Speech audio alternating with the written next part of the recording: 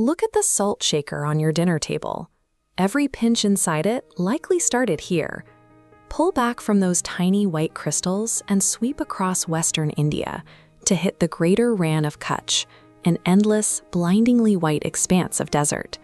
This map shows the sheer volume of that production. That single state, Gujarat, generates a staggering 70% of India's entire salt supply. Behind that massive yield is a single, isolated group of people.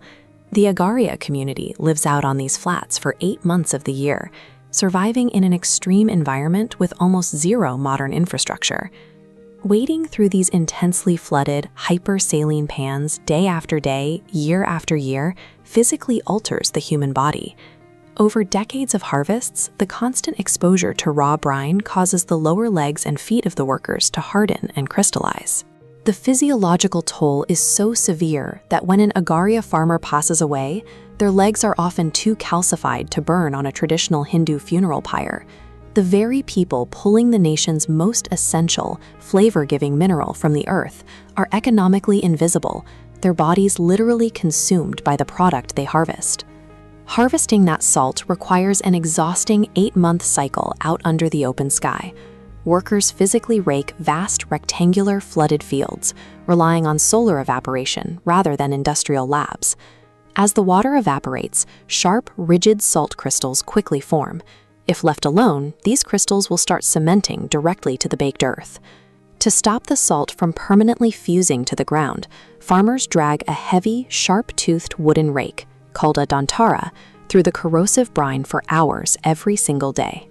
These farmers are executing a continuous chain of ecological knowledge that dates back 600 years, using the exact same manual methods as their ancestors. Because there is virtually no cell network or power grid out on the desert floor, families adapt to the void. To send an urgent message across the blinding white expanse, they catch the sun with small hand mirrors, flashing 3 times to signal for help. To educate their kids out in the middle of nowhere, the community relies on a fleet of 35 modified buses that operate as mobile classrooms parked right on the barren flats. Against an endless, monochromatic white backdrop, the Agariya intentionally fill their lives with color. They wear heavy silver jewelry and vividly colored embroidered dresses like the Kanjari, and paint their mud huts with bright pigments. They adapted to a hostile workspace by building a vibrant, resilient micro-society in a landscape that actively rejects human habitation. This animated diagram breaks down the brutal economics of their labor. A 500-gram packet of retail salt sells in a city for 20 rupees, but the farmer who harvested it sees only a microscopic fraction of that value.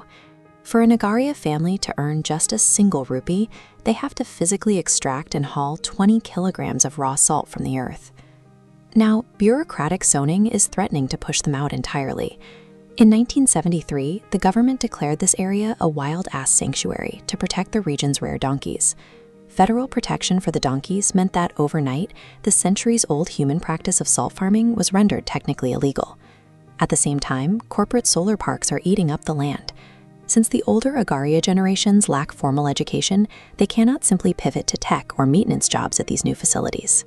The mechanisms of modern Indian development and ecological conservation are actively squeezing the region's oldest foundational laborers out of existence.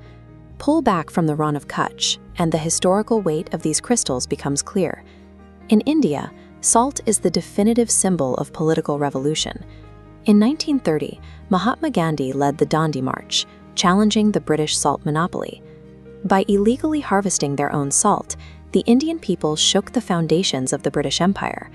That movement tied the right to harvest this exact resource directly to national freedom, ownership, and future prosperity. Yet today, the mineral that fueled a massive liberation movement is being scraped from the earth by citizens who still live without basic human rights. The people hauling those 20-kilogram blocks are still asking for basic nighttime electricity, safe drinking water, formal healthcare, and recognized legal rights to the land they've worked for centuries. Every pinch of salt carries the weight of a grueling 8-month manual harvest. It is produced by a historically vital community that is still trapped, waiting for a basic revolution of their own.